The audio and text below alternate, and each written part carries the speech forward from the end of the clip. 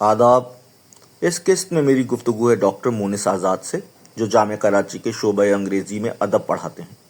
आपने अदब में पीएचडी की है और आपका तहकीकी मुकाला सैमुअल बैकेट पर है। फ़लसफ़े के साथ साथ आपकी दिलचस्पी ज़्यादातर फ़िल्म और अदबी थियरी में है, खुसूसन हेगल और फ्रॉयड जैसे मुफक्किरीन के अफ़कार में। इस मुकालमे में हमने उनकी फ़िक्री सफ़र पर बात की कि किस तरह फ़लसफ़े से उनका पहला तारुफ़ हुआ और ये दिलचस्प मौज़ूआत उनकी इल्मी जस्तजू को किस तरह आगे बढ़ाते हैं। आदाब। कैसे मुनीस साहब, ठीक खैरियत ठाक। से हैं आप? आप सुनाए। बहुत शुक्रिया कि आप तशरीफ लाए और हमारे साथ गुफ्तगू में शामिल हुए। और मैं बहुत डिस्टर्ब्ड हूँ। मैंने रिसेंटली एक वाकया सुना जिसमें एक लड़के ने, जो कि मेरे ख्याल से साहिवाल से ताल्लुक़ रखता है, उसने खुदकुशी कमिट कर ली। और अब ये बात अंदोहनाक है एक एतबार से, क्योंकि वो जिस तरीके से रैशनलाइज कर रहा है अपने सुसाइड को, ये देख के मुझे थोड़ी सी, मैं शॉक भी हूँ, डिस्टर्ब इसलिए हूँ क्योंकि उसकी जो गुफ्तगू है उससे हमें ये एहसास हो रहा है जैसे उसने फलसफा पढ़ा हुआ है, उसने अदब पढ़ा हुआ है, उसको नाइलिज्म का पता है, उसे एब्सर्ड थिएटर का पता है शायद। तो हम आज की गुफ्तगू का मकसद, तो हमने जब ये गुफ्तगू प्लान कर रहे थे तो हमने सोचा था कि आपसे हम ये बात करेंगे कि किस तरीके से फलसफा और लिटरेचर का इंटरसेक्शन जो है वो हमारी ज़िंदगी को इनरिच करता है, क्योंकि आपका ताल्लुक अदब से है और आप फ़लसफ़े के अंदर भी बहुत गहरा शग़फ़ रखते हैं। तो मैं ये चाहता था कि हम इस हवाले से गुफ्तगू करें। लेकिन ये जो रीसेंट डेवलपमेंट्स हैं, मैं चाहता हूं कि हम इस हवाले से भी आज की गुफ्तगू को में इन मौज़ूआत को भी ज़ेर बहस लाएं कि हमारी ज़िंदगी को क्या चीज़ है जो मीनिंगफुल बनाती है, वो और क्या है जो हम अवॉइड कर सकते हैं अपने फ्रेमिंग ऑफ रियलिटी के अंदर, जहां पर जिसके नतीजे में हम बहुत एक कोल्ड मैकेनिस्टिक वर्ल्ड और यूनिवर्स को कंसीव कर रहे हैं, जिसके नतीजे में हमें बस ये महसूस होता है कि वो हमें रिस्पॉन्ड नहीं कर रही। हाँ, हम एक कोई डिटैच्ड आइसोलेटेड सब्जेक्ट हैं जिसका किसी नेटवर्क ऑफ रिलेशन या मीनिंग्स के अंदर कोई ताल्लुक नहीं है जिसका। तो ये बताइए सबसे पहले तो कि फलसफे की तरफ आप क्यों आए और कैसे आपका ये सफर शुरू हुआ? आ, आ, मेरे कुछ दोस्त थे, वो यूनिवर्सिटी के अंदर माइनर सब्जेक्ट फलसफा ले रहे थे। तो मुझे बस ये डर था कि वो लोग ऐसे सब्जेक्ट ले लें जिसमें मैं ना हूँ, मैं उनके साथ वक्त ना गुजार सकूँ, गुफ्तगू ना कर सकूँ। तो इस डर के मारे मैं फिलोसफी की क्लास में जाके बैठ गया था। वहाँ उस्ताद थे, बहुत अच्छा पढ़ा रहे थे। तो मैं बड़ा हैरान हुआ सुन के उनकी बातें। और मुझे तो पता नहीं था फ़लसफ़ा क्या होता है, साइकोलॉजी क्या होता है, ये सब सब्जेक्ट क्या होते हैं। मैं बहुत अच्छा पढ़ने वाला स्टूडेंट नहीं था पहले। तो उनकी बातें बड़ी मुझे हैरानकुन लगी, काफ़ी रेलेवेंट लगी कि हम सिर्फ ये सवाल नहीं करते कि लॉज ऑफ नेचर क्या हैं और इंसान का जिस्म किस तरह काम करता है और कायनात किस तरह, बल्कि हम ये भी सवाल कर सकते हैं कि सही और गलत क्या है और ताल्लुकात क्या होते हैं और ज़िंदगी कैसे चलती है और आइडियल्स और गोल्स क्या होते हैं और क्या होने चाहिए, क्या नहीं होने चाहिए, और इस तरह के कई सवाल। नाइस, तो बहुत जबरदस्त। मैं बड़ा हैरान हुआ कि ये भी गुफ्तगू की जा सकती है इन पे फॉर्मली सब्जेक्ट के तौर पे। तो मुझे बड़ी दिलचस्पी हुई इन बातों में, बिकॉज़ मुझे लगता है कि शायद अ, मैं एक ऐसा शायद बच्चा था जो, मुझे लगता था मैं फिट नहीं हो रहा सही मुआशरे सोसाइटी में, में। हाँ, फैमिली में, या इस वजह से नहीं कि मैं शैतान था या मेरे अंदर कोई नीयत ऐसी थी कि मैं लोगों से खुद अलग हूँ या उनको तंग करूँ या किसी को मैं बुरा, बस मैं बहुत ना समझ था किसी वजह से। मुझे समझ नहीं आती थी कि ये जो सब कर रहे हैं क्यों कर रहे हैं इतने शौक से। दावत हो रही है, खाना पीना हो रहा है, मिलना मिलाना हो रहा है, तो मुझे समझ में आता था कि ये ज़रूरी है, बट उसका रीज़न मुझे समझ नहीं आता था। फिर उसके अलावा और रिवायतें होती हैं, मैयत हो रही है, मिलना मिलाना, शादियाँ, सही। ये सब चीज़ें। तो अ, मुझे ये तो लगता था कि ये सब ज़रूरी है और ये होगा, बस मुझे उसका कभी जवाब नहीं मिलता था कि ये क्यों ज़रूरी है, और जो जवाब मिलते भी थे वो बहुत सतही होते थे। अ, तो मुझे अहमद नवेद का एक शेर याद आ रहा है हुँ, कि यूं तो सब देखते हैं रोजो शब, हुँ, पर किसे देखने का फन आया। हाँ, हाँ, बस मुझे लगता था मुझे फन नहीं आया, बाकी सबको आ गया। हम्म। तो बस मुझे हैरानी हुई कि एक ऐसा पूरी फील्ड है, ऐसा सब्जेक्ट है जिस जो ऐसे लोगों से भरा हुआ है जो इस तरह जो एक बहुत सोचते हैं। वर्कड आउट कॉम्प्रिहेंसिव हमें हाँ, फ्रेम दे सकते हैं to make sense about the हाँ, यूनिवर्स। सही। तो ये एक वजह थी आपकी हुँ। कि आप फलसफे के अंदर आए। तो आप इस फलसफे को पढ़ के आपको किसी तरह की सेटिस्फेक्शन मिली, या इसने और डिस्टर्ब कर दिया, कुछ और कुछ सेट ऑफ क्वेश्चंस ऐसे आपको प्रोवाइड कर दिए, कुछ ऐसी बैटरी ऑफ ऑफ क्वेश्चंस जिसके नतीजे में आपकी जिंदगी जो है वो हुँ। मजीद आपको महसूस हुआ कि उसकी कॉम्प्लेक्सिटी अब ज्यादा है, या सिंप्लीफाई कर दिया आपके लिए चीजों को। दोनों एक सिंप्लीफाई तो नहीं किया, ज़ाहिर है चीज़ें जितने आप गहराई में जाते हैं, चाहे आप फिज़िक्स पढ़ रहे हो, चाहे आप मैथ्स पढ़ रहे हो, आप जितनी गहराई में जाएँगे, चीज़ें कॉम्प्लेक्स होंगी, मुश्किल होगी।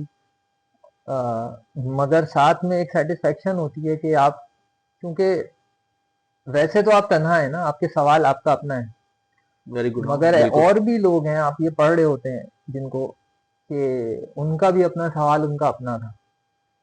तो उनकी अपनी तन्हाई देख के आपको अपनी तन्हाई में थोड़ा-सा सॉलिस मिलता है कि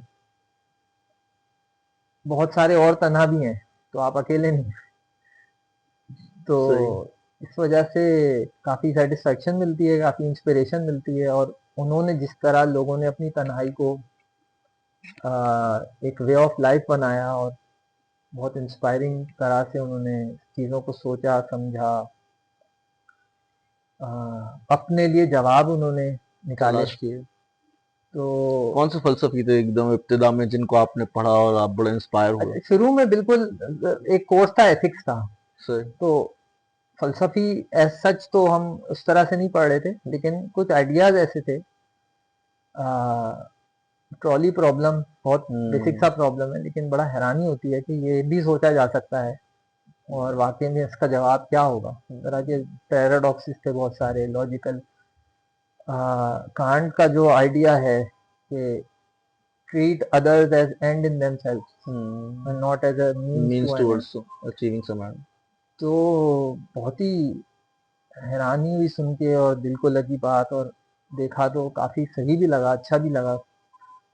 तो इस तरह की बातें, ह्यूम की जो क्रिटिक थी मोरालिटी कॉजेलिटी की, के ऊपर। कॉज़ैलिटी की, वो बड़ी हैरानकुन लगती थी। और और ज़ाहिर है वो हर चीज़ सैटिस्फैक्टरी नहीं होती, हर चीज़, कुछ चीज़ें आपको तकलीफ़ देती हैं, कुछ चीज़ें आपके बुनियादी बिलीफ्स पर सवाल उठा देती हैं। मगर बिल्कुल। मुझे पता नहीं किस वजह से ऐसी तकलीफ़ में सैटिस्फैक्शन मिलता था कि ठीक है, अगर सवाल उठ सकता है तो बिल्कुल उठाएँ, तो इसका जवाब क्या होगा? मेरी क्यूरियोसिटी जागती थी। यानी आपको लगता था कि आपके जो बेसिक बिलीफ्स हैं, मिसाल के हुँ। तौर पे बहुत फंडामेंटल रिलीजियस बिलीफ्स होते हैं, आपको लगता है कि फिलॉसफी में और रिलीजन के अंदर किसी तरह का तसादुम है, कॉन्फ्लिक्चुअल है ये रिलेशनशिप, या आपको लगता है नहीं, इनको हम रिकंसाइल कर सकते हैं इन दोनों को? सोच जो है ना, आप जब भी कुछ भी सोच रहे हो, उसमें आप गहराई में जाएँ, उस पे सवाल करें, उसके बुनियादी आइडिया पे जाएँ, तो उसमें तसादुम है। चाहे वो फ़लसफ़े के अंदर तसादुम हो, चाहे वो रिलिजन के अंदर तसादुम हो, चाहे वो साइंस के अंदर तसादुम। सोच सही। तसादुम ही है असल में, वो सवाल निकलता ही तसादुम से है। डिफरेंस है एक। डिफरेंस है, और कुछ अनआंसर्ड स्पेस है जो हम अभी नहीं समझे सही तरह। जब आपको डिस्कवर करते हैं तो आपको नज़र आता है हर चीज़ में तसादुम, कोई ऐसा चीज़ नहीं है, कोई ऐसी फील्ड नहीं है जिसमें हर चीज़ का आंसर आपको मिला हुआ है। बिल्कुल। तो वो अपने लिए ढूंढना पड़ता है, इंसान को जाना पड़ता है। तो कुछ लोग ज़ाहिर है उससे डरेंगे, क्योंकि उनको कुछ अच्छे जवाब मिले हुए हैं, उससे उनकी ज़िंदगी चल रही है, वो खुश हैं उसमें, या कम से कम स्टेबिलिटी उनको मिलती है उससे, तो वो सही है। मुझे एक्सप्लोर करने में मज़ा आता था सही। और आता है शायद। तो मैं, जो जवाब नहीं होता मैं उस तरफ जाता हूँ, जिस चीज़ का जवाब नहीं है तो मुझे होता है कि क्या होगा फिर जवाब। बिल्कुल। तो ये है मेरा एक ख्याल से। ओपन एटीट्यूड है, लिबरल एटीट्यूड है टुवर्ड्स लाइफ, क्यूरियस हैं आप। हाँ। एक एटीट्यूड ये है कि आप जो आपके पोजीशंस हैं आप चाहते हैं हम्म। उनको कम्बैट करें, उनको प्रिजर्व करें, उनको किसी तरीके से दिफा कर लें, उनका डिफेंड करना चाहते हैं आप, एक ये व्यू है। हाँ, मेरा ख्याल से सब में दोनों होते हैं। कुछ हद होती है सबकी।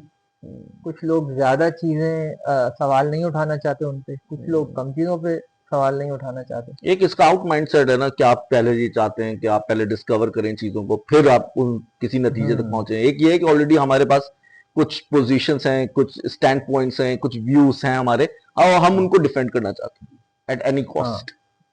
हाँ, और मेरा ख्याल से इतना कॉन्शियस नहीं होता ये सब। हाँ बिल्कुल, ये of back course. Of the mind आपके कुछ चीजें होती हैं जो आप शायद नहीं जानते कि वो क्यों आप सवाल नहीं उठाना चाह रहे या सवाल उठाना चाह रहे हैं। तो सबका मेरे ख्याल से अलग रवैया होता है इन चीज़ों की तरफ। तो आपको लगता है फलसफा पढ़ना जरूरी है? एक आम आदमी के लिए भी जरूरी है? जो आदमी लेट सपोज रेडी चला रहा है, जो आदमी एकदम नॉर्मल एवरीडे एवरेज लाइफ गुजार रहा है, उसके लिए आपको लगता है कि हाँ फलसफा जरूरी है? क्योंकि ये जैसे हम आप भी फलसफा पढ़ाते हैं, अदब पढ़ाते हैं, आपसे भी ये सवाल जरूर पूछा जाता हम्म। होगा कि भाई हमारी रोजमर्रा जिंदगी के अंदर अदब का क्या फायदा है, या फलसफे का क्या फायदा है? हम्म। नहीं, मेरा ख्याल से सबके लिए ज़रूरी नहीं है।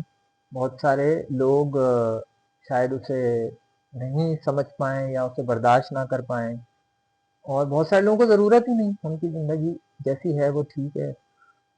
लेकिन मेरा ख्याल से माशरे के लिए ज़रूरी है कि वो फ़लसफ़ी को सुने, चाहे वो फ़लसफ़ा करे ना करे खुद माशरा, हर इंसान को कम से कम फ़लसफ़ी को सुनना ज़रूर चाहिए।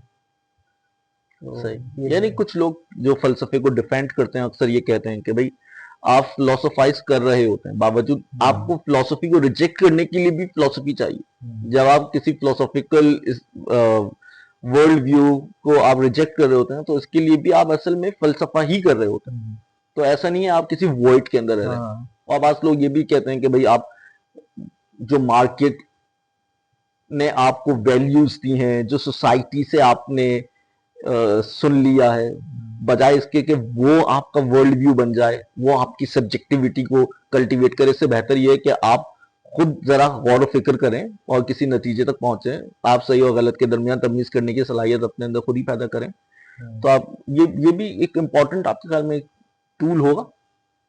जैसे हम ये जो जिजैक वगैरह हैं, ये भी अक्सर इस तरह की बातें करते हैं कि भाई हमारी जो सब्जेक्टिविटी है, ये इम्पॉर्टेंट है कि आप इसको, ये मार्केट वैल्यूज और सोसाइटीज जो हैं और जो गवर्नमेंट है, जो बाहर हमसे फोर्सेस हैं, वो इतनी ताकतवर हैं कि वो लोगों की सब्जेक्टिविटी को शेप कर रही है। तो इम्पॉर्टेंट है कि आप खुद अपनी सब्जेक्टिविटी को डिवेलप करें। तो एक तरीके से आप जैसे ये कह रहे हैं कि आप चाहते हैं कि फलसफियों को लोग सुने, तो असल में आप उनको इनवाइट कर रहे हैं बेसिकली फिलोसफी के लिए, कह सकता हूं मैं? हाँ, एक एटीट्यूड ये है कि मैं गलत हो सकता हूँ, सही। ये यूनिवर्सल होना चाहिए। हर इंसान चाहे हम्म। कितनी भी बिलीफ रखता हो, उसको सही समझता हो, जितनी भी ज़रूरी उसकी वैल्यूज़ हों, उसको बस ये याद रखना चाहिए कि मैं और मेरी वैल्यूज़ और मेरे जो भी बिलीफ्स हैं वो गलत हो सकते हैं। इस एटीट्यूड से बिल्कुल। आप सुने दूसरों को। अब आप उसमें जाके अपनी ज़िंदगी बदल लें या कोई गहराई में जाके फ़लसफ़ा शुरू कर लें, अपना फ़लसफ़ा दें, ये ज़रूरी नहीं है मेरा ख़्याल से। मगर ये रवैया बहुत ज़रूरी है हर इंसान के लिए कि मैं गलत हो सकता हूँ, जो मुझे सिखाया गया, जो मैं मानता हूँ, वो गलत हो सकता है। ये रवैया आई थिंक अक्सर फ़लसफ़ा फलसफी सिखाता ये है। कहते हुए दिखाई देते हैं कि भाई जो हमारे नजरियात एक हमारी टीन एज के अंदर थे, वो जब हमने और थोड़ा वी वर ग्रोन अप, तो हमने उनको अबेंडन कर दिया। और जब हम हुँ। मजीद एक तरह का, लोग इस तरीके से भी डिस्क्राइब करते हैं फिलोसफी को कि एक बूट कैंप है जिसके अंदर आप हमेशा यानी इस रिस्क के ऊपर रहते हैं कि आपके जो बिलीव्स हैं वो सरवाइव कर पाएंगे या नहीं कर पाएंगे, और हमेशा इस तरह का मौका आता रहता है कि आपको अपने जो व्यूज हैं उनको रिवाइज करना पड़ता है। हाँ, समझते हैं आप, ये इंपॉर्टेंट एक एक्सरसाइज है, इंटेलेक्चुअल एक्सरसाइज है, जिसके नतीजे में आप अपने व्यूज को ज्यादा बेहतर से बेहतर बनाए जाते हैं। हाँ जरूरी है, मगर हर कोई, फिर वही बात है, मेरा ख्याल से हर कोई नहीं काबिल है कि ये कर सके। सही, सही। तो लेकिन जो लोग कर पाते हैं उनको वैल्यू करना चाहिए, उनकी सुननी चाहिए। और वो हमें बेसिकली ये याद दिला रहे होते हैं कि हम गलत हो सकते हैं, हमारे बहुत सारे बिलीव्स, हमारे वैल्यूज, बहुत सारी चीज़ें जो हम पहले मानते थे या अभी मानते हैं वो गलत हो सकते हैं। इस रवैये को माशरे में होना सबके लिए बहुत ज़रूरी है, चाहे वो ठीक, फ़लसफ़ा करे ना करें। बिल्कुल, बहुत जबरदस्त बात कही आपने। अच्छा, मुझे ये बताइए कि ये फिलोसफी और लिटरेचर के इंटरसेक्ट को कैसे देखते हैं आप? क्या आप लोगों को लगता है कि हाँ, जो लिटरेचर के लोग हैं वो भी क्योंकि थ्योरी पढ़ते हैं, कल्चरल थ्योरी और लिटरेरी थ्योरी, जिसके अंदर वो मार्क्स को पढ़ते हैं, फ्रॉइड को पढ़ते हैं, लाकां के ऊपर आपका काम भी है, और दीगर थ्योरीज को पढ़ते हैं, पोस्ट कॉलोनियलिज्म, ये वो, तो आपको लगता है कि हाँ, ये जो है वो किसी तरीके से इन्फ्लुएंस करता है लिटरेरी सेंसिबिलिटीज को बेहतर बनाने में, उनको ज्यादा डीपन करने में? हाँ, फ़लसफ़ा मेरा ख़्याल से कोई एक सब्जेक्ट से रिलेटेड नहीं होता, बल्कि हर सब्जेक्ट से ही होता है, क्योंकि जब आप किसी भी चीज़ की फाउंडेशन पे जाते हैं, चाहे वो इकोनॉमिक्स हो, साइंस हो, लिटरेचर हो, कुछ भी हो, तो वो फिलोसॉफिकल क्वेश्चंस ही होते हैं। जैसे इकोनॉमिक्स में फॉर एग्जांपल एक सवाल है कि चीज़ों की वैल्यू कैसे डिटरमिन होगी, ये फिलोसॉफिकल बिल्कुल, क्वेश्चन है। बिल्कुल, बिल्कुल। इसी तरह लिटरेचर में आर्ट की वैल्यू, हम्म, ब्यूटी की वैल्यू, लिटरेरी टेक्स्ट की वैल्यू कैसे डिटरमिन होगी, ये फिलोसॉफिकल क्वेश्चन है। ह्यूमन साइकी जो है वो क्या चीज़ है और उसको किस तरह जांच सकते हैं हम, ये फिलोसॉफिकल क्वेश्चन है। कॉन्शियसनेस क्या चीज़ है, तो ये फलसफा इनएविटेबल है, हर हर बिल्कुल, फील्ड, हर सब्जेक्ट के बुनियाद पे फिलोसफी है। इसीलिए उसको मदर ऑफ ऑल साइंसेस भी कहा जाता बिल्कुल, है। बिल्कुल, बिल्कुल। और अगर आप देखें हायर स्टडीज में जब हम रिसर्च करते हैं तो डिग्रीज का नाम फिलोसफी से जुड़ जाता है, जैसे एम फिल होते हैं, master of hmm, philosophy in any subject. बिल्कुल। इसी तरह PhD, doctorate of philosophy hmm, in any subject. तो फिलोसॉफिकल होते जाते हैं जैसे जैसे हम फाउंडेशनल क्वेश्चंस करते हैं, तो वो हर फील्ड में ज़रूरी है। तो ये जो इंटरसेक्शन है हम्म, लिटरेचर का और फिलोसफी का, क्या ये हेल्प करता है लिटरेचर को और उसकी अंडरस्टैंडिंग को इनरिच करता है? बिल्कुल। आप देखें कि कितने फलसफी, अगर आप उनको पढ़ें तो वो बहुत गहरे गहरे तौर पे बहुत ही शौक से अदब पढ़ते थे, बहुत ज़्यादा। फ्रॉइड इसी खास तौर पर। तरह हाँ, और इसी तरह अगर आप बहुत सारे लिटरेरी राइटर्स को देखें, बहुत गहरा अदब पढ़ा हुआ था उन्होंने। तो मतलब फिलोसफर्स ने बहुत गहरा अदब पढ़ा हुआ था, और नहीं, और इसी और तरीके से लिटरेचर वालों ने भी बहुत गहरा फलसफा फलसफा पढ़ा पढ़ा हुआ हुआ था, है। जी जी। सही। तो ये आई थिंक इनएविटेबल है, क्योंकि देखें दोनों चीज़ों को, हर फील्ड को ना सवाल ड्राइव कर रहे हैं। हम्म, सवाल का जवाब तलाश करना एक फलसफियाना एक्टिविटी है, सही। और ये इंसानी एक, अमल मेरा है। ख्याल से हाँ नेचुरल है बिल्कुल। तो अ, कोई भी फील्ड हो उसमें आप जब सवाल का परसू करते हैं वो फिलोसॉफिकल ही हो जाता है आगे जाके। तो जाहिर है फलसफा हेल्प करता है हर फील्ड में। अच्छा, लेकिन जैसे ये सवाल उठता है कि भाई प्योर लिटरेचर, हम अगर ज्यादा फलसफे के अंदर यानी आई मीन हम ज्यादा इन्वॉल्व होंगे, हम्म, तो इसके नतीजे में हम तवज्जो हट जाएगी हमारे अदब हम्म, से। तो जो लिटरेरीनेस इन इट सेल्फ है, हम उसको, और लिटरेरी जो हम्म, मैरिट्स हैं जिनके ऊपर हम इवेल्युएट करते हैं किसी टेक्स्ट को, हम उनको पसे पुश डालकर हमारा ज्यादा फोकस जो है वो यानी मुआशियात में हो जाएगा, हम्म, फलसफे की और दीगर शोबों में हो जाएगा। हम्म। तो आप इसको कैसे रिस्पॉन्ड करेंगे? हो सकता है कि कई लोगों के लिए तख्लीकी अमल में जो है ये हिंड्रेंस बन जाए, ऑब्स्टिकल बन जाए, इस तरह से फॉर्मली फिलोसफी पढ़ना। सही। तो क्रिएटिव जो प्रोसेस है, अगर उसमें हिंड्रेंस कोई चीज़ बन रही है और आप क्रिएटिव प्रोसेस को प्रायोरिटाइज करते हैं, तो फिर जाहिर है फिर आप उसमें ज्यादा मत घुसें, आपके जो क्रिएटिव प्रोसेस स्मूथ कर रहा है चीज आप उसको देखें। सही मगर जो हम यूनिवर्सिटी में या जिस तरह हम फॉर्मली चीजें पढ़ते हैं वो एक सब्जेक्ट के तौर पे, एक डिसिप्लिन के तौर पे होता है। सही डिसिप्लिन जो है वो क्योंकि एक फॉर्मल स्ट्रक्चर्ड वे में हम समझते हैं चीजें, समझाते हैं, हमारा काम है समझाना और समझना।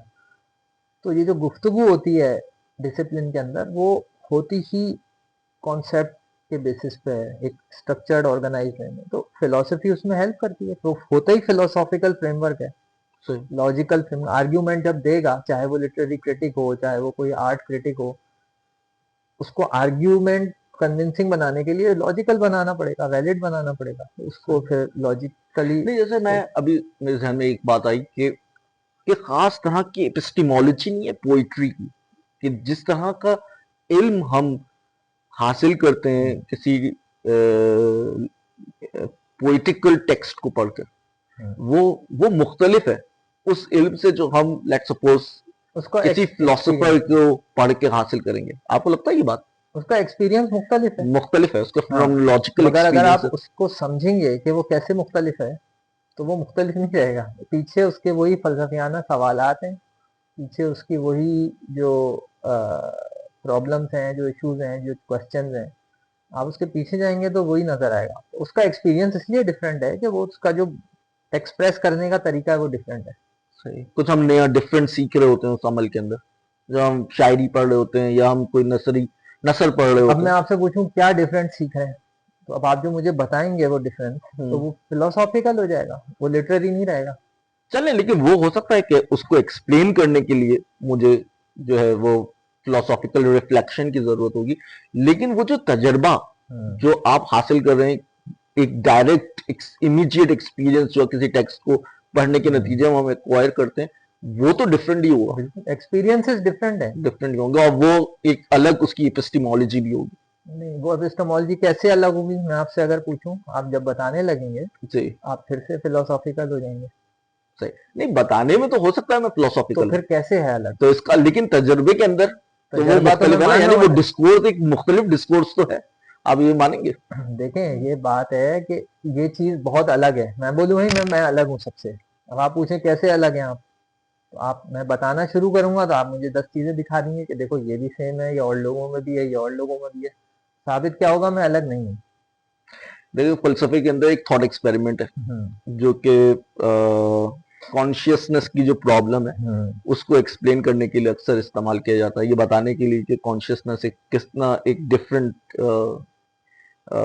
मौजू है। हम्म, तो what is it like to be a bat, तो वो या एक मैरी रूम आर्गुमेंट मैरिज है। रूम। मैरिज रूम आर्गुमेंट है, उसके अंदर भी यही, I mean they are trying to drive home this point के अगर वो फिनोमिनोलॉजिकली एक डिफरेंट चीज को एक्सपीरियंस कर रही है तो वो एक डिफरेंट वोकैबुलरी शायद हमें चाहिए उसको एक्सप्लेन करने के लिए, बजाय हम इसको रिड्यूस कर दें उसी साइंटिफिक फिजिकल वोकैबुलरी के अंदर जो हम एक सब्जेक्ट ऑब्जेक्ट डायकोटोमी के नतीजे में डिवेलप करते हैं। सही।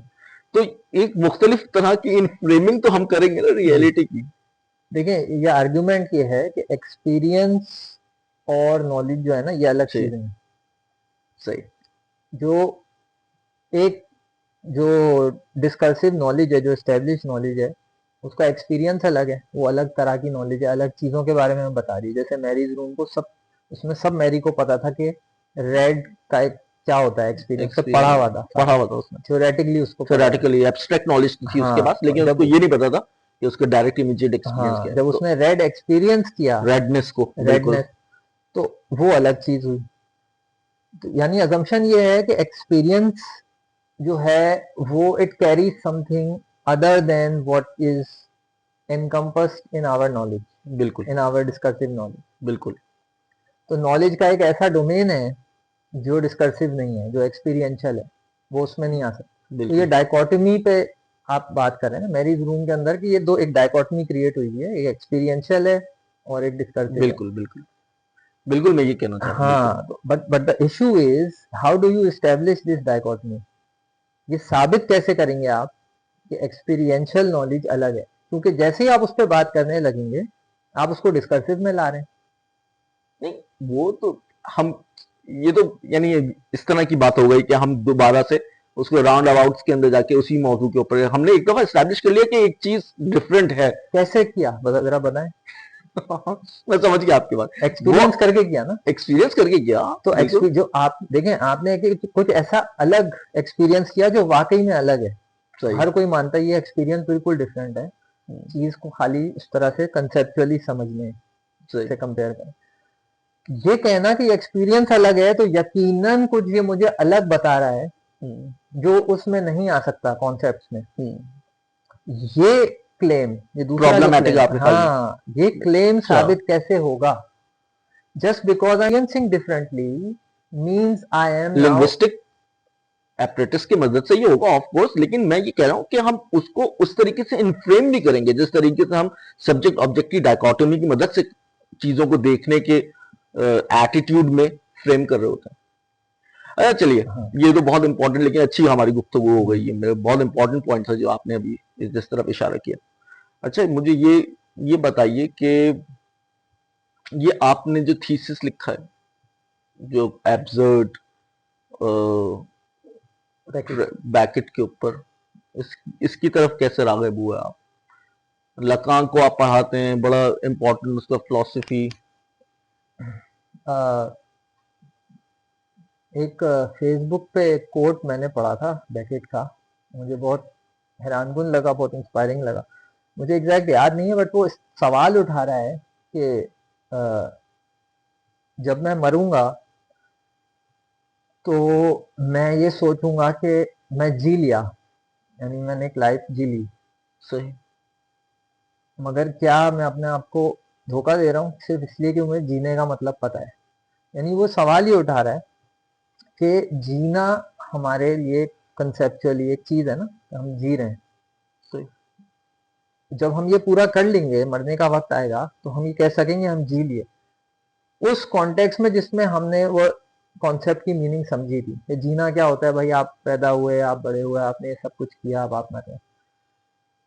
बट फिलोसफी में और वैसे भी हम सवाल उठाते हैं कि कॉन्सेप्ट की मीनिंग एम्बिगुअस हो सकती है और ट्रांजिएंट हो सकती है। अल्फाज अपने मायने बदलते हैं, कॉन्सेप्ट के कॉन्टेक्स्ट के हिसाब से मीनिंग चेंज हो जाता है। बिल्कुल। तो अगर देखा जाए एक तरीके से तो मैं जी लिया, मगर क्या मैं जिया वाकई? ये मैं कैसे साबित करूं कि मैं ऑब्जेक्टिवली आई हैव लिव्ड?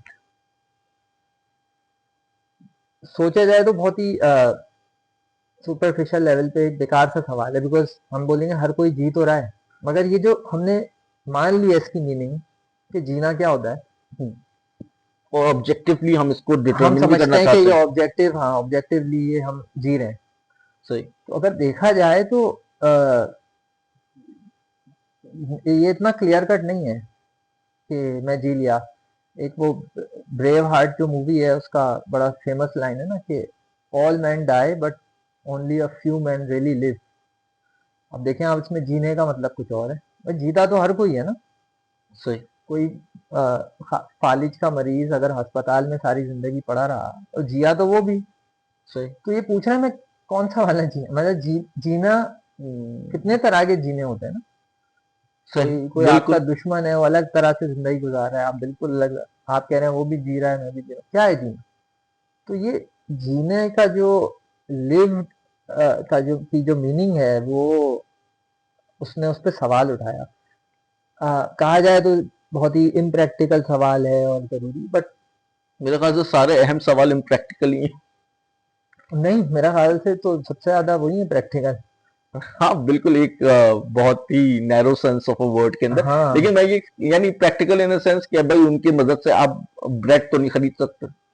उन हाँ सवालात को जब आप हल करने जाते हैं तो आपको एक तरह से हाँ। तो मार्केट से अलहदा ही रहना हाँ, पड़ता ये है। सवाल सुनने में तो बहुत ही फजूल लगता है, लेकिन पता नहीं मुझे बड़ा हैरान किया कि इस पे भी सवाल उठ सकता है और इसका क्या जवाब होगा। तो बस फिर मैं इसका जवाब ढूंढने में लग गया था और मैंने कुछ चीज़ें पढ़ी और शायद उससे थीसिस होगी। क्या जवाब मिला आपको?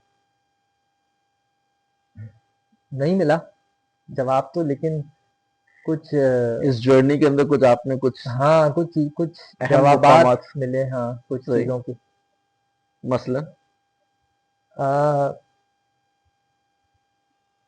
एक चीज जो मुझे इंटरेस्टिंग लगी वो ये कि बैकेट में ना कोशिश बहुत ज्यादा है बार बार, और उसको नॉवेल्स में भी वो सवाल से शुरू करता है, कोई कैरेक्टर होता है वो कुछ सवाल कर रहा है अपने बारे में, एग्जिस्टेंस के बारे में, चीज़ों के बारे में, उसको जवाब नहीं मिलता, और वो अक्सर बोलता भी है बार बार कि इसका जवाब नहीं मिलेगा, लेकिन वो उसकी खोज नहीं छोड़ता। अच्छा ये कोई नॉवेल है जिसका आप तस्करा कर रहे कई नॉवेल्स में है, ये प्लेज हैं में भी अच्छा है। उसकी इसकी एक थीम है कांस्टेंट जनरल, थीम है ये हाँ, कि वो कि रुकता नहीं। कोशिश कर रहा है कुछ ओवरकम करने की या कुछ अचीव अटेन करने की कोई, हाँ, किसी कोई किस्म का एब्सोल्यूट कुछ जवाब तलाश करने की। सही बहुत एब्सोल्यूट ना भी हो, उसको कुछ समझ में आ जाए कि ये क्यों हो रहा है, या ये ऐसा क्यों है, कि ये ऐसा है भी कि नहीं। नाइस तो नाइस वो, उसकी जो खोज है ना वो खत्म ही नहीं होती। तो जो चीज मुझे समझ में आई ना वो ये बहुत अहम चीज है कि नाकामी का जो ताल्लुक है ना वो नतीजे पर नहीं होना चाहिए, कामयाबी का ताल्लुक नतीजे पे रिलाई नहीं करना चाहिए। सही उसके लिए सक्सेस यही था कि वो खोज चले जा रही है। उसके लिए सक्सेस ये नहीं था कि उसका नतीजा मिला कि नहीं मिला, जवाब मिला कि नहीं मिला। तो उसकी जो रेपिटेशन थी ना वो सही मुझे बहुत इंटरेस्टिंग लगी, जो मुझे और जगहों में भी दूसरे कैरेक्टर्स में नजर आती थी। काफका का हंगर आर्टिस्ट है फॉर एग्जांपल, जैसे। सही और ये फिर मुझे फ्रॉइड की किताब है बियॉन्ड द प्लेजर प्रिंसिपल, जिसमें एक कॉन्सेप्ट वो देता है डेथ ड्राइव का। सही तो डेथ ड्राइव भी कुछ सिमिलर चीज है, जो मेरे ख्याल से सब इंसानों में ये जो रेपिटेशन बन जाती है थोड़ा चीजों सा की। एक्सप्लेन करें दैट फ्रॉइड ने एक इंसान के अंदर एक चीज नोट करी कि हर इंसान का एक पैटर्न होता है रिपीट करने का कुछ चीजें, और वो अक्सर चीजें ऐसी नहीं होती जिससे कोई फायदा होता है, बल्कि अक्सर नुकसान हो रहा होता है। इसकी बहुत आसान मिसाल है स्मोकिंग। स्मोकिंग अगर आप नहीं भी कर रहे, आप वेप कर रहे होते हैं, या आप छालियाँ खा रहे होते हैं, या आप नहीं भी कुछ कुछ कर रहे सही होता है, हर इंसान हर वक्त। आजकल बिंज वॉचिंग एक हम्म फिनोमिना है। तो इसी तरह हमेशा से इंसानों में एक ये जो repetition for the sake of repetition, सही एक उनके अंदर एक नेचुरल टेंडेंसी सी है टेंडेंसी है। और ये मुझे नजर आता है, मतलब वाकई में फ्रॉइड तो यूनिवर्सली देख रहा था, इसको सब में होता है। सही तो ये चीज मुझे नजर आई बैकेट में भी, और फिर मुझे लगा कि कैसे लिंक कर रहा है बैकेट इसको अ, जीने का एक मतलब ये है, यानी to have lived is to have repeated.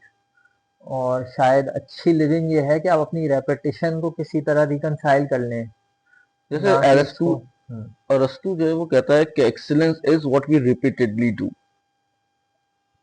हाँ, बट वो वर्चुअस भी होना चाहिए ना। हाँ यानी यही तो एक्सीलेंस उसके यहाँ आइडिया जो वर्चू का वो बहुत यही सारे, है कि हाँ, वर्चू एक हैबिट है जो हाँ, आप बिल्ड करते हैं बट बहुत सारे लोगों की नेगेटिव है नेगेटिव, हाँ, डिलीटरियस है तो उनकी जो उसको तो वो एक्टिविटीज एक्सेलेंस नहीं कहेगा नहीं एरिस्टोटल। यकीन वो तो उनको फ्रॉइड ये कह रहा है कि ये इनेविटेबल है, ये कोई प्रैक्टिस नहीं है। आप अगर कुछ ना भी करना चाहें ना, आप कुछ रिपीट करेंगे। ये इसको वो कहते हैं अनकॉन्शियस। अनकॉन्शियस सही हर इंसान का एक हिस्सा है जो सही है करवाता है चीजें। तो तो इसके यहाँ आइडिया ऑफ ड्राइव है इड है उस हाँ, जी जी। तो ये चीज बैकेट में है कि किसी तरह उसने अपनी रेपिटेशन को रिकंसाइल, यानी हम लोग करते हैं चीजें मगर हम उससे कभी घबराते हैं, कभी हम उस पर सोचना नहीं चाहते। कई लोगों को पता ही नहीं होता कि वो रिपीट इस तरह कर रहे हैं एडिक्टिवली ऑब्सेसिवली रिपीट कर रहे हैं चीजें। सही तो बैकेट शायद कॉन्शियस हो गया उस बारे में, और उसने इसका आर्ट बना लिया, और बार बार बनाया, रेपिटेटिवली बनाया।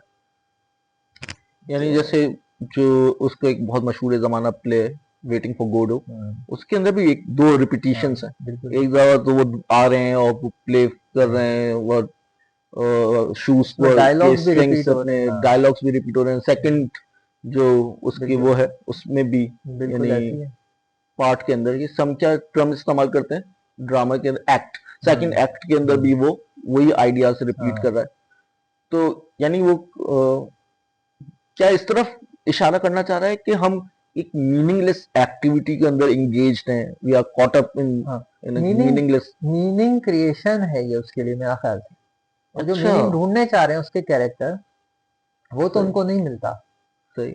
मगर कुछ वो ऐसा ढूंढ लेते हैं, या वो एटलीस्ट बेकेट ने ये ढूंढ लिया कि मैं अगर ये करता रहूं, इस तरह के कैरेक्टर बनाता रहूं, तो उसी में उसकी एक मीनिंगफुल यानी एक एक्टिविटी क्रिएट इंटरप्रिटेशन जैसे इसी प्ले की वेटिंग फॉर गोडो की ये भी तो है ना कि in the absence of any transcendental meaning, यानी जीसस नहीं है और इंतजार कर रहे हैं गोडो का वो। हाँ, सही। तो अब लाइफ मीनिंगलेस है जब तक कि वो नहीं आ जाता, यानी जब तक कि वो होप जिसको वो तलाश कर रहे हैं वो नहीं मिल जाती, लाइफ मीनिंगलेस है। बिल्कुल। अच्छा, इंतजार साहब ने एक प्ले लिखा है इंतजार ही के नाम से, अच्छा, और उसके वो मेरे ख्याल से इसी से मुतासिर होकर लिखा है बैकेट से, और उसके अंदर दिखाया है कि लोग इंतजार कर रहे हैं शायद सुबह के होने का, और रात का अंधेरा है, शायद सेटिंग्स भी जो है वो स्टोन एज की हैं, लोगों ने आग जलाई हुई है और स्टोरी सुना रहे हैं, और दिखाना ये चाहे कि कुछ मीनिंगफुल कर रहे हो, बावजूद इसके कि उनके पास कोई यानी हम एब्सोल्यूट ऑल इनकम्पासिंग मीनिंग नहीं है। स्मॉल केस लेटर्स के अंदर जो एम है उसके साथ मीनिंग है उनके पास शायद किसी तरह की, और उसी के जरिए वो अपनी जिंदगी को बसर कर रहा है। तो लेकिन क्या आपके ख्याल में कुछ बिल्कुल ऑपोजिट कह रहा है बैकेट इसके मुकाबले में? नहीं, वो ये दिखा रहा है कि ये सारे रिचुअल्स और ट्रांसेंडेंटल मीनिंग ओरिजिनेट कहाँ से हो रहे हैं। वो इधर ही से हो रहे हैं। लोग कहाँ से? लोगों जो जो रेपिटेशन है ना, वो मीनिंग देता है आपको लाइफ की, ना कि कोई आइडियल्स हैं ना कुछ है। तो आप इमेजिन करें ऐसे ही कोई, जो कहानी में जिस तरह आप बता रहे हैं, गांव है या कम्युनिटी है जो कुछ कहानियां सुना रही है, जो भी कर रही है, वो उसके लिए इतना मीनिंगफुल हो गया है कि अब उसके लिए वो ट्रांसेंडेंटल हो गया। मगर वो शुरू अच्छा ऐसे हुआ अच्छा। कि एक वाकया है जो मैंने सुना कुछ किताबों में, कि एक शख्स था, उसकी बीवी जो थी वो बहुत ही बुरी तरह बीमार होके, मुख्तलिफ कैंसर उसको एक साथ हो गए थे शायद। सही।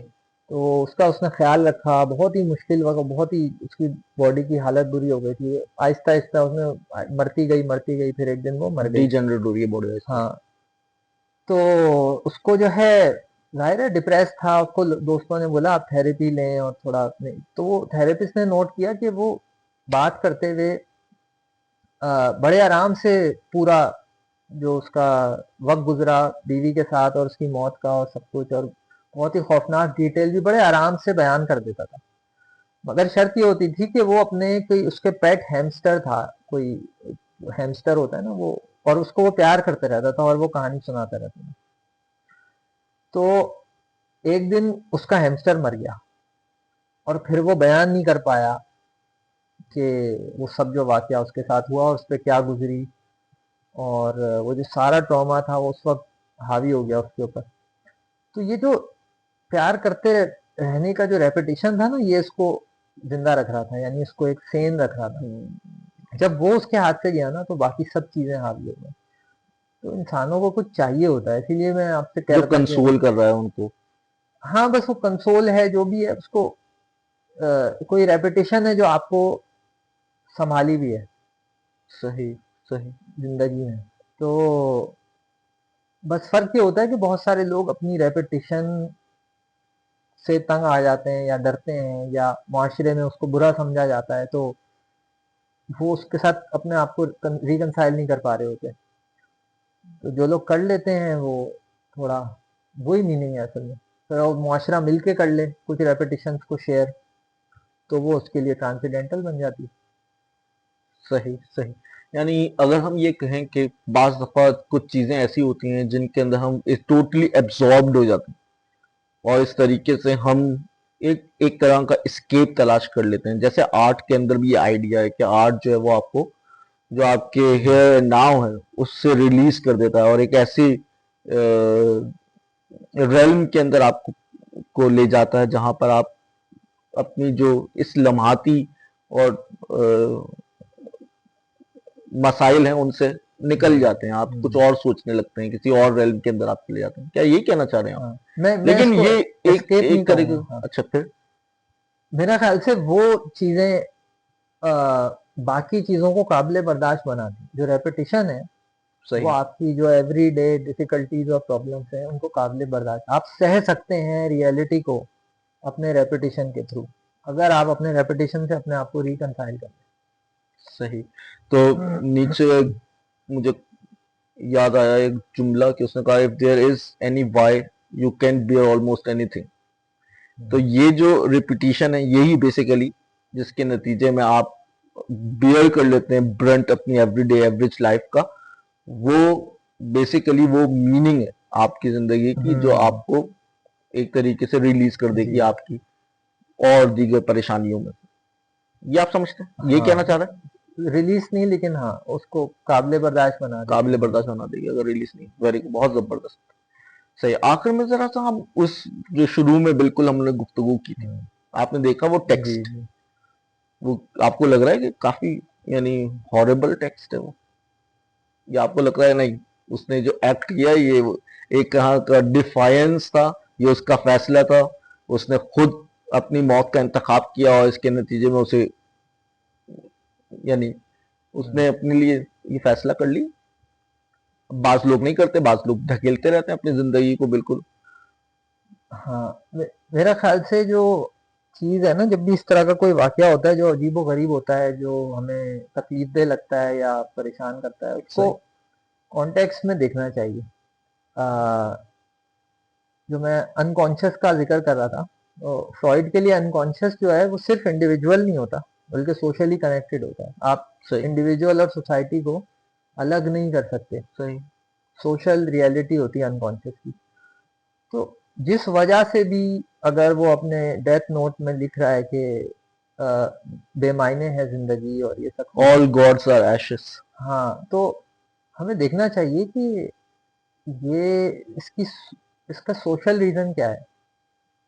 सही, बहुत सारे इंडिविजुअल्स को ऐसा क्यों लगेगा कि जिंदगी बेमायने है और ये इल्यूजन है सेल्फ और ये सब चीजें जो भी वो लिख रहा था।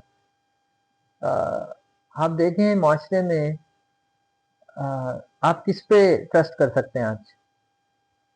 आप हुकूमत देखें, आप घर देखें, आप अपने सही, तालीमी इदारे देखें, आप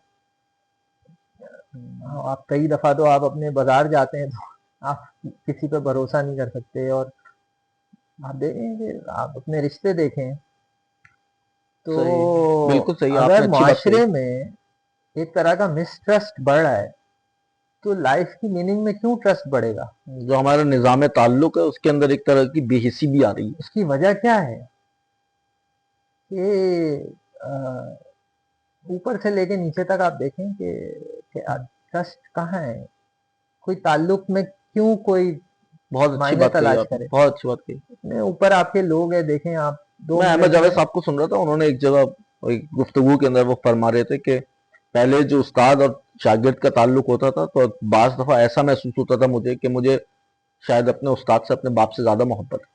हाँ, बिल्कुल ऐसे ही। इस तरह के रिलेशंस थे लोगों के अपने उस्तादों के साथ। और अब हम देखते हैं कि अकेडमिया के अंदर बिल्कुल ऐसे लोग आ गए जो क्रिएटिव भी नहीं है, जिनका मकसद बस ये है कि पेपर्स अपने पब्लिश करते रहें हम्म, और अपने बस हाँ, एडवांसमेंट होती रहे, हाँ। उनकी मगर तरक्की होती रहे। एकेडेमिया, हाँ, आप सही कह रहे हैं, एकेडेमिया भी एक उसकी अलामत है।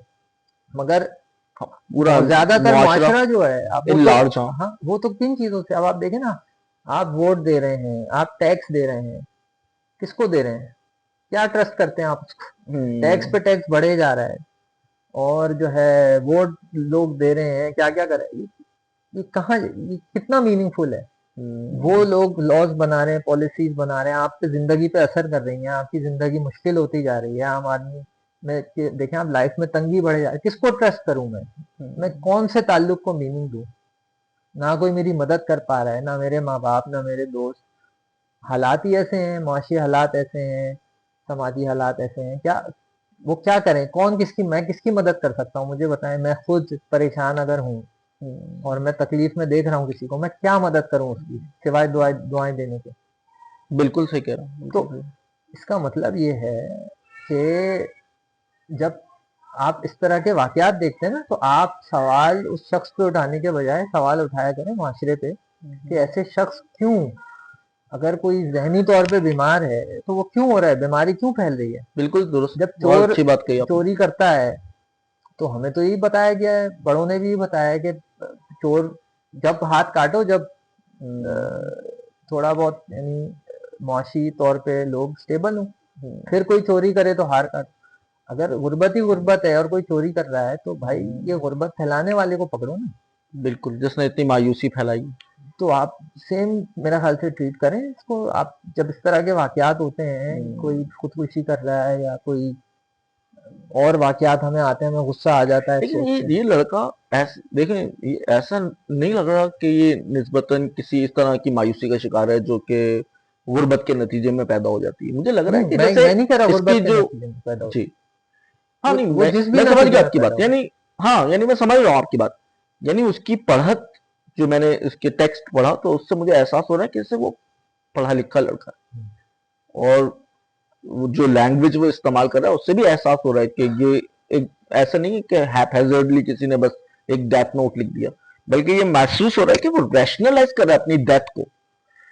तो मुझे जो मेरा एहसास था वो ये था कि शायद उसने, यानी हम जैसे हाइडेगर के यहाँ जो टर्म्स इस्तेमाल होती हैं कि भाई कुछ चीजें जो ऑन्टोलॉजिकल, हमारी बीइंग ऑन्टोलॉजिकल है, शायद वो जिस तरीके से देख रहा है दुनिया को, इसके अंदर चीजें बस कुछ, और ताल्लुकात, इंसान, दरख्त, जानवर, ये सब कुछ एक ऑब्जेक्ट, हम्म, वो किसी तरीके से रिलेशनल नहीं है उसके लिए ये दुनिया। बिल्कुल सही बात है। हाँ। और रिलेशनल कैसे होगी, रिलेशन जो हैं उसके अपने, हम्म। उसमें क्या है। हाँ, उसके अंदर आपके मायूसी रिलेशन है। भाई आप देखें ना, आप इतने सारे लोग अपने बयान करते हैं वाकयात, घरों में किस तरह के ताल्लुकात, किस तरह से तशद्दुद होता है, लोगों का फायदा उठाया जाता है, लोग नाखुश हैं। अभी तो बहुत सारी चीजें बाहर नहीं आई, अगर आप इंडिविजुअल से जाके पूछें, लोग शर्मिंदा होते हैं बताते हुए, लेकिन आप देखें कि ताल्लुकात थोड़ी हैं घरों में लोगों के। ये बिल्कुल घर का वही हाल है जो अवाम और रियासत का है। सही। ट्रस्ट नहीं है। आपने जिन लोगों को ट्रस्ट किया हम्म। वो नहीं कर पाए उसको सही। फुलफिल। तो क्या ताल्लुक का नजरिया क्या बनेगा आपका। What do you think of a relation, any relation, will it be a meaningful relation. का आइडिया आपके लिए मीनिंगफुल कैसे होगा। हम्म। उसके अंदर शायद मोहब्बत हो, वार्मथ हो, जब हम किसी शख्स को एज अ मीन्स कंसीडर नहीं कर रहे बल्कि हम उसको ही एक एंड समझते हैं अपने आप में। आप जब परेशान थे, आप जब बिल्कुल बेबस थे, कौन आया। हम्म, ना घर वाले आए, ना हुकूमत आई। बिल्कुल। तो ताल्लुक का क्या नजरिया आवाम हम्म, सीखेगी। बिल्कुल। ये बिल्कुल ऐसे ही है। आप बस, लोग गुस्सा हो जाते हैं, ये होना नहीं चाहिए, होना नहीं चाहिए भाई। हमें भी पता है नहीं होना चाहिए, लेकिन इसको रोकने के लिए आप क्या कर रहे हैं। कोई सत्य बात नहीं कर रहा और फिर आप वही कहते हैं कि बस ये वो चीजें जो रिवायती बताई गई हैं वो कर लो तो सब सही हो जाएगा। हूँ। ऐसा नहीं होता। अलग तरह की दुनिया है, अलग तरह के मसले हैं, उनको सुनना तो जरूरी है। इस बच्चे की कौन सुनता होगा, मुझे तो नहीं लगता। ये बैठा हुआ हम्म, पढ़ता रहता होगा, इसको कौन समझता होगा। हम्म, तो इसके कम्युनिटी होनी चाहिए, सुनने वाले होने चाहिए लोग। ये लोग कहते हैं कि फलसफा मायूसी फैलाता है, आपको लगता है ये बात दुरुस्त है, पता नहीं। अ, या आपको लगता है कि हाँ, ये जो खास तरीके से फलसफे की इंटरप्रिटेशन है वो जो है मायूसी है, एग्जिस्टेंशनल फिलोसफी के अंदर कुछ स्ट्रैंड्स ऐसे मिलते हैं हमें, ये एग्जिस्टेंशियलिज्म तो बहुत ही ऑप्टिमिस्टिक फिलोसफी है, वो तो मीनिंग क्रिएशन की नाइलिज्म की तरफ फिलोसफी। जहाँ चले जाते हैं हम, एब्सर्डिज्म की तरफ चले जाते हैं, जैसे कामू वगैरह, मुझे लग रहा था उसकी टेक्स्ट को पढ़ के थोड़ा सा कामू से मुतासिर है वो, कि भाई ये दुनिया जो है वो तो बिल्कुल आपको रिस्पॉन्ड नहीं कर हो रही। सकता है बहुत सारे नाइलिस्ट होते हैं, इसमें क्या मसला है, लेकिन प्रॉब्लम ये है कि खुदकुशी क्यों कोई करेगा। सही। ये सोचने वाली बात है। नाइलिस्ट होना, बहुत सारे स्केप्टिक्स हैं, नाइलिस्ट हैं, बहुत सारे फलसफी ऐसे हैं। हम्म, मगर हर कोई खुदकुशी नहीं करता। खुदकुशी की हद तक जाने के लिए और ज़्यादा कोई गहरी तकलीफ, कोई परेशानी, या वजह से कोई वजह होती है, सुनने की ज़रूरत है ना। इधर तो कोई गलत कर ले तो उसको सुना नहीं जाता। बिल्कुल। भाई ये क्यों कर रहे हो तुम, ज़रा समझाओ तो। बल्कि हमारे अंदर तो मोहब्बत, जिंदगी की मोहब्बत बायोलॉजिकली इनेट है। यानी इंसान तो इस तरह की मखलूक है जो कि एक अनइवन हैप्पीनेस तलाश कर रहा है, हम्म, लेकिन बावजूद इसके अगर किसी कोई इस तरफ जा रहा है तो कुछ वजूहात तो हैं। हाँ, वही बात है, सुनने की ज़रूरत है। वो हम लोग सुनना नहीं चाहते बहुत सारी चीज़ें जो हमें लगता है कि हमारे वे ऑफ लाइफ से हटके हैं। सही। तो ये एक बड़ी नुकसानदेह चीज़ है। बहुत शुक्रिया आपका कि आप यहाँ तशरीफ लाए और हमारे साथ इस गुफ्तगू में शरीक हुए। बहुत मेहरबानी, बहुत शुक्रिया, thank you very thank much. ये बताएं कुछ और